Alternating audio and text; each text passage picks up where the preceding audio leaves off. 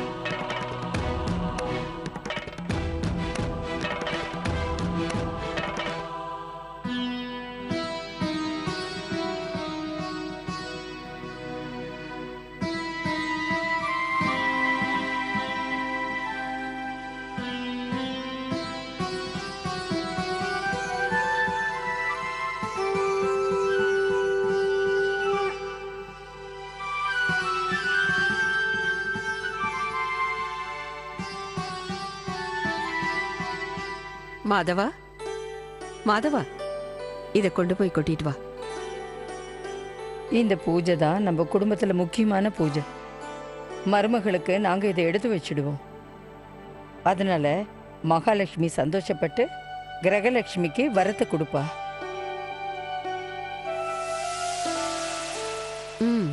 மகாலட்சுமி ஆசீர்வாதம்னா என்னன்னு தெரியுமா உனக்கு? சுகம், ஒற்றுமை, சந்தான பாக்கியம். நானும் இந்த பூஜை பண்ணிருக்கேன் சின்ன மருமகளே. ஆனா மகாலட்சுமி எனக்கு 3வது வரத்தை கொடுக்க மறந்துட்டா. அதான் சந்தான பாக்கியம். இப்ப அதை ஞாபகப்படுத்தி என்ன பிரயோஜனம்? உனக்கு தான் தெரியுமே. சரி, அதை விடு. நீயாவது ட்ரை பண்ணு பண்ணு பண்ணு. ஆனா ஒண்ணு, 3வது வரம் கிடைக்கும்னு எந்த கேரண்டியும் கிடையாது. இத பாருமா, பூஜை அப்ப நல்ல வார்த்தைகளை தான் பேசணும். நல்ல வார்த்தைகளை தான் நீங்க ஏற்கனவே பேசிக்கிட்டு இருக்கீங்களே. மறந்துட்டீங்களா? நீங்க தான் அப்பப்ப சொல்லுவீங்களே, சின்ன மருமக வந்தா இந்த வீட்டுக்கு நல்ல காலம். அப்புறம் என்ன, இந்த வீட்டுக்கு நல்ல காலமே வந்துருச்சு இல்ல? ஆமாம்மா, எல்லாம் நல்லபடியா தான் நடந்திருக்கு. காலையில இருந்து எல்லாரும் சாப்பிடாம பூஜை பண்ணியிருக்கோம் இல்ல? வாங்க போய் ஏதாவது சாப்பிடலாம். வாங்க.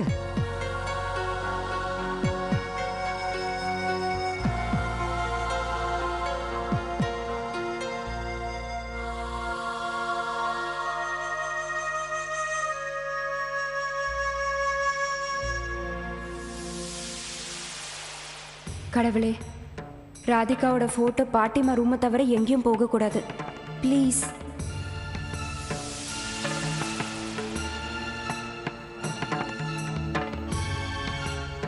போமா, போய் உன் புருஷன் காலில் விழுந்து ஆசீர்வாதம் வாங்கிக்க.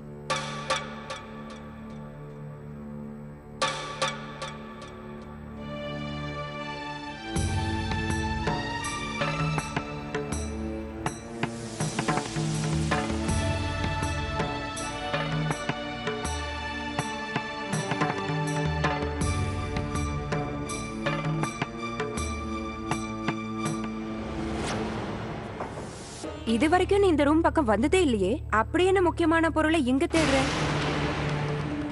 என்னமா தேடுற கண்ணு?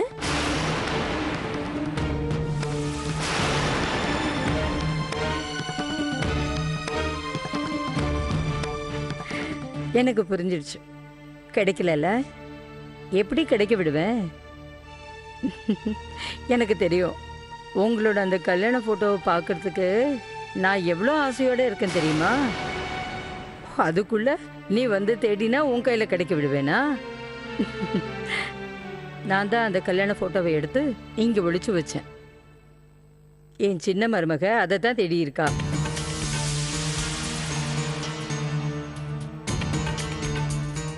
ஆனா நீ நினைக்கிற மாதிரி அவ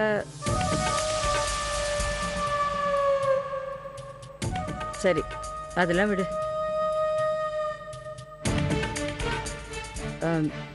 யாருக்கிட்டையாவது சொல்லி எனக்கு கொஞ்சம் பால் அனுப்ப முடியுமா?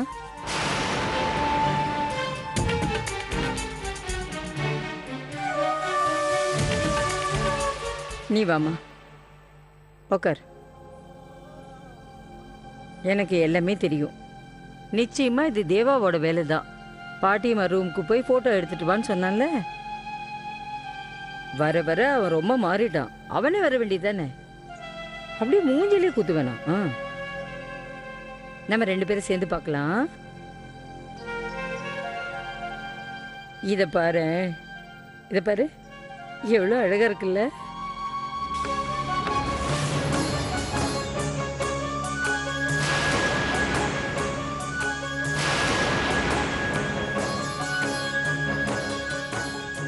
இந்த பாரு நந்து, நந்து இப்படி நிக்கிறான் பாரு.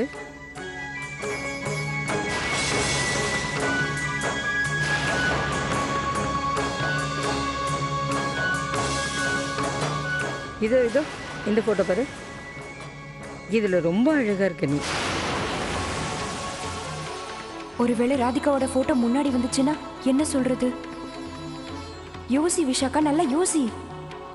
என் மேல இவ்ளோ பாசம் காட்டுற பாட்டிமா ஒரே செகண்ட்ல என்ன வெளியில அனுப்பிச்சிடுவாங்க. என்னாச்சுமா உனக்கு?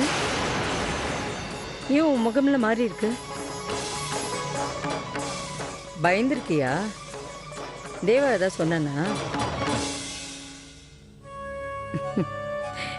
நீ எதுக்கும் பயப்படாம இருமா. என் பேரை மேல உனக்கு எவ்வளவு அன்பு இருந்தா அவன் சொன்னான்னு நீ என் ரூம்குள்ள வந்து போட்டோவை தேடி இருப்ப. அப்படிதானே? இது பாரு, இது பாரு.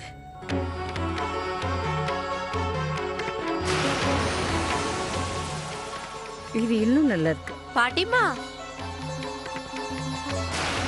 கல்யாண போட்டோவா? நானும் பார்க்கவா? வா, வந்து உட்காரு.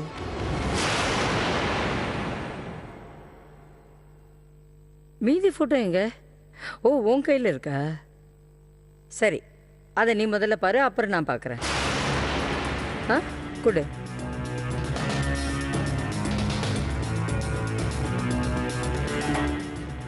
கூட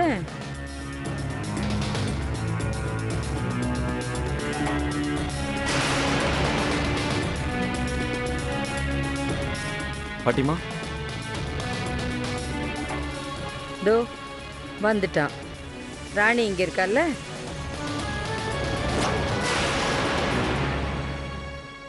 பாட்டிமா அவங்க இப்ப சின்ன மருமகளை பார்க்க உனக்கு அப்பாயின்மெண்ட் வேணுமா? அவ்வளவுதானே. உனக்கு அப்பாயின்மெண்ட் கிடையாது, போ. ஏய், கிடையாதுன்னு நீ போட்டோ பாருமா.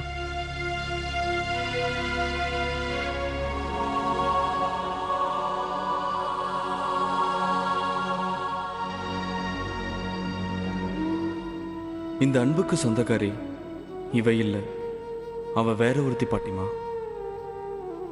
அதை எப்படி உங்களுக்கு புரிய வைக்கிறதுன்னு எனக்கு புரியல பாட்டிமா.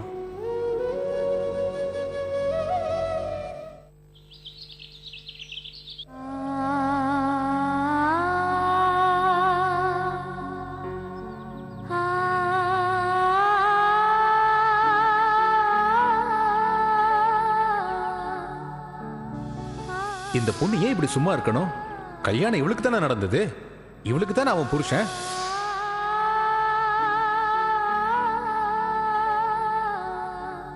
ராதிகா,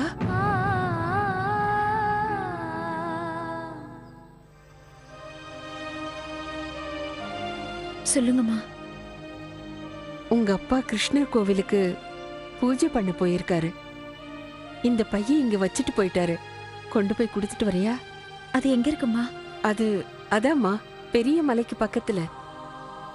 கிருபா பண்ணிட்டு இருக்காருல்ல, அவர் அவசரமா ஊருக்கு போயிருக்காரு. அதான் அவருக்கு பதிலா அப்பா பூஜை பண்ண போயிருக்காரு.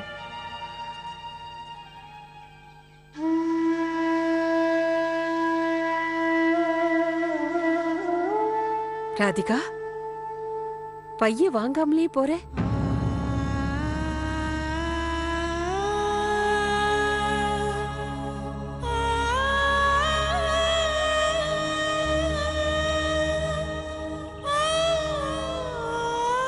ராதிகா,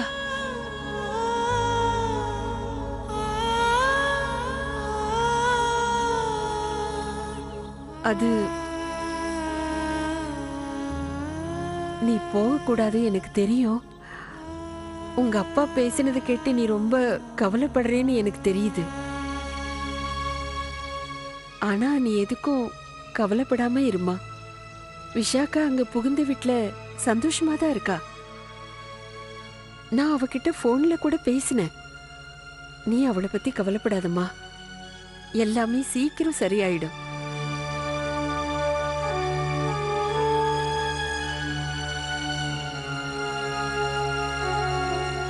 போயிட்டு வாமா. உங்க அப்பா உனக்காக அங்க காத்துக்கிட்டு இருப்பாரு.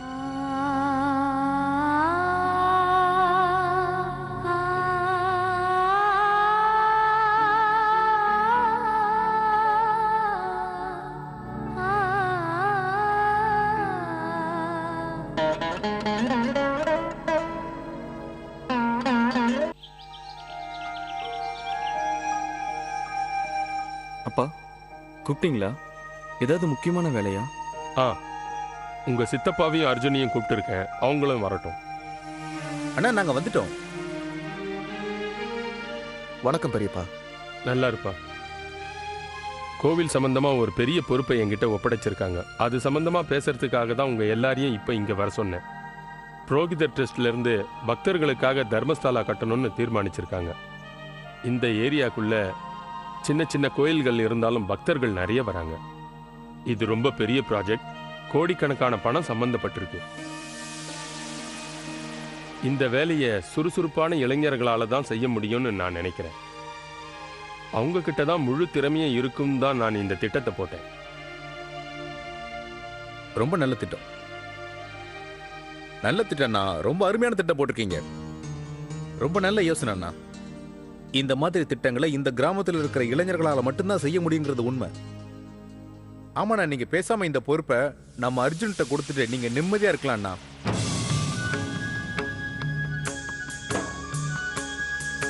எந்த பிரச்சனையும் வராம பார்த்துப்பான். நான் தான் இருக்கேன்ல.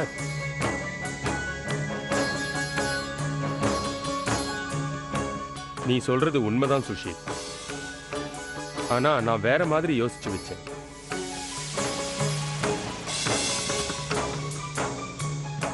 ஏன்னா அப்படி சொல்றீங்க? அர்ஜுனோட திறமையில உங்களுக்கு ஏதாவது சந்தேகம் இருக்கா?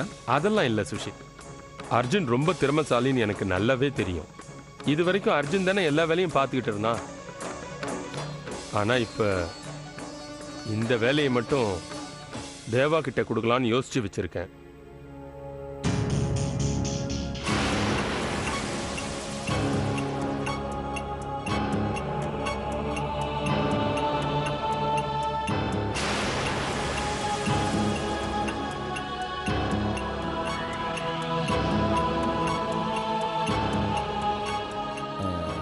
ஆமாண்ணா, தேவாவுக்கு இந்த ஊர் விஷயங்களை பத்தி முழுசா எதுவும் தெரியாது. அவன் தான் சின்ன வயசுலயே ஃபாரினுக்கு போயிட்டானே. இன்னொரு முக்கியமான விஷயம் என்னன்னா, இந்த வேலைக்கு தேவா தேவைன்னு அவசியம் இல்லையே. அவன் எவ்வளவு பெரிய படிப்பு. இந்த மாதிரி வேலையை பார்க்கறதுக்காக தான் அவனை இங்க வரவழைச்சேன். தேவா தன்னுடைய வாழ்க்கையில ஒரு முக்கியமான முடிவை தானே எடுத்திருக்கான்ல. தன் மனைவியை தானே தேடிக்கிட்டானே.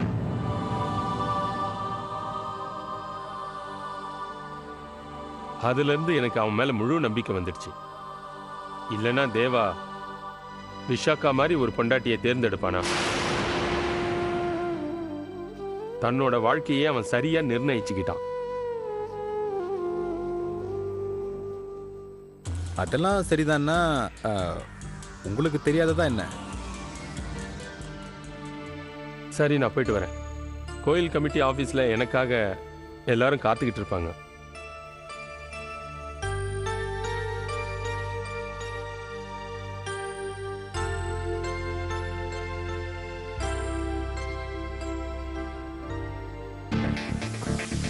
இதெல்லாம் என்ன டேட்?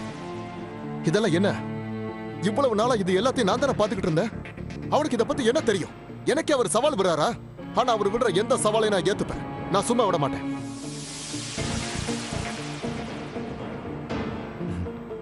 பைத்தியகரத்தனமா உளராத. நேரம் வரும்போது நமக்கு சாதகமா எல்லாத்தையும் திருப்பிக்கலாம். இல்ல இல்ல டாட், இதெல்லாம் நம்ம இப்படியே விடக்கூடாது. இதெல்லாம் நம்ம ஆரம்பத்துல கிள்ளி எறியணும், இல்லனா இது பெருசா வேற மாதிரி ஆயிடும். நேரம் நமக்கு சாதகமா அமையற வரைக்கும் கொஞ்சம் அனுசரிச்சு போக தான் வேணும். அதனால தானே நானே எல்லாத்துக்கும் பொறுமையா இருக்கிறேன். எதை டாட், எதை அனுசரிக்கணும்? கொஞ்ச நாளைக்கு ஆத்திரப்படாம அவசரப்படாம பொறுமையா இரு. நேரம் வரும்போது நம்ம 2 பேரும் கவனிச்சுக்கலாம்.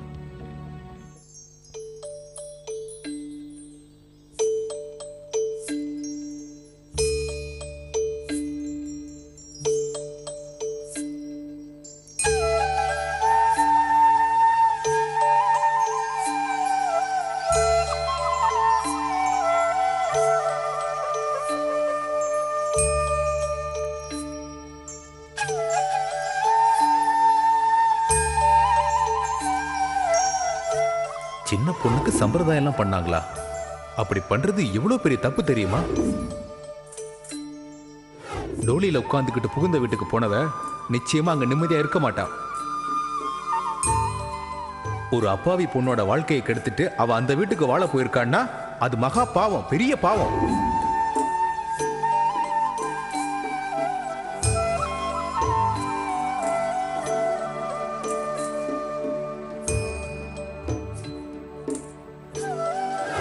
தேவகி, நல்லா தெரிஞ்சுக்க, எந்த பொண்ணு தன்னோட பத்தினி தர்மத்தை மீறி நடக்கிறாளோ அவ தான் இந்த பாவத்துக்கெல்லாம் முக்கிய காரணகர்த்தா.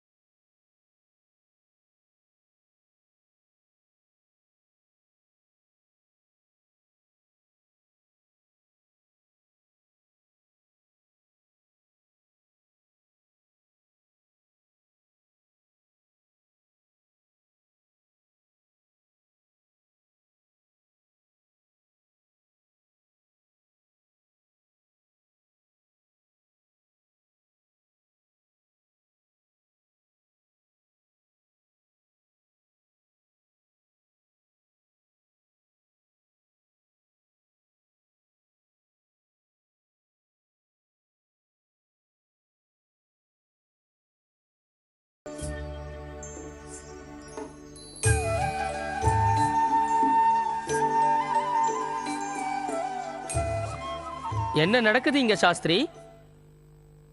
ராதிகா சன்னதிக்கு உள்ள போறா?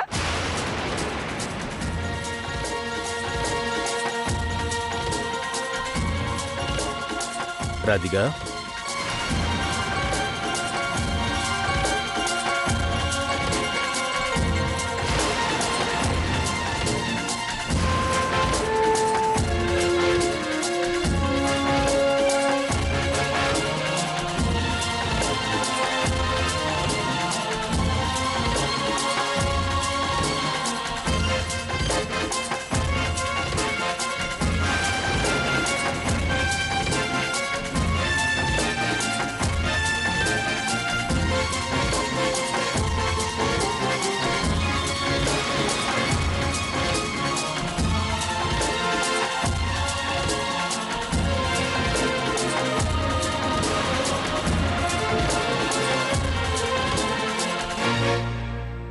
ராதிகா, இங்க பாருங்கப்பா, இந்த சேசாத்திரி தான் இந்த பொண்ணை தான் பொண்ணுன்னு சொல்லி இந்த பொண்ணோட மூளைய குழப்பிட்டாரு.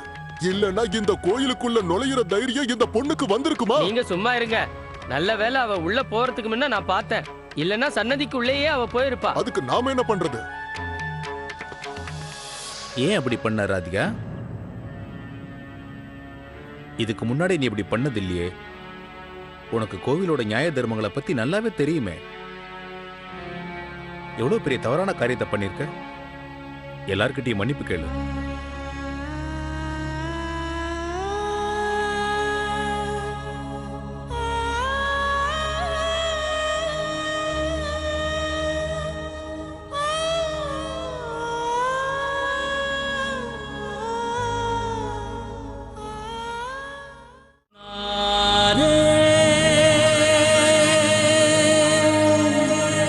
நான்